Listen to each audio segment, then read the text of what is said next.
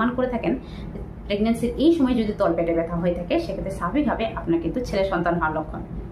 সাধারণত বলে দিই প্রেগন্যান্সির এই সময় তলপেটে ব্যথা কোন কোন কারণে হতে পারে। আপনাদের জানালাম সাধারণত প্রেগন্যান্সির এই সময় বাচ্চা কিন্তু ডেলিভারি পজিশনে আছে তার জন্য হতে পারে।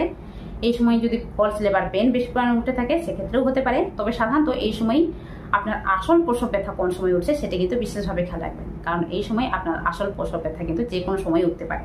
তার জন্য এটিকে বিশেষভাবে লক্ষ্য রাখবেন এবং সেক্ষেত্রে অবশ্যই ডাক্তার কাছে যাবেন। এছাড়াও এই সময় বিশেষত প্রেগন্যান্সির থার্ড ট্রাইমেস্টার বিশেষত আপনার বাচ্চা কিন্তু পুরোপুরি প্রস্তুত ডেলিভারির জন্য, তার জন্য মাঝে মধ্যে আপনার তলপেটে ব্যথা কিন্তু হতে পারে।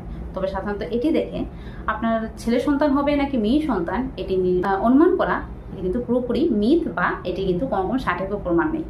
অথবা আপনি প্রেগন্যান্সিতে মানতে পারেন, তবে সাধারণত বলে দিই প্রেগন্যান্সির সময় এটি কিন্তু কোনো রকমই মানে হয় না। কারো কারোর ক্ষেত্রে মিলে যেতেও পারে, তবে সাধারণত এটি কিন্তু পুরোপুরি প্রেগন্যান্সিতে হওয়া স্বাভাবিক।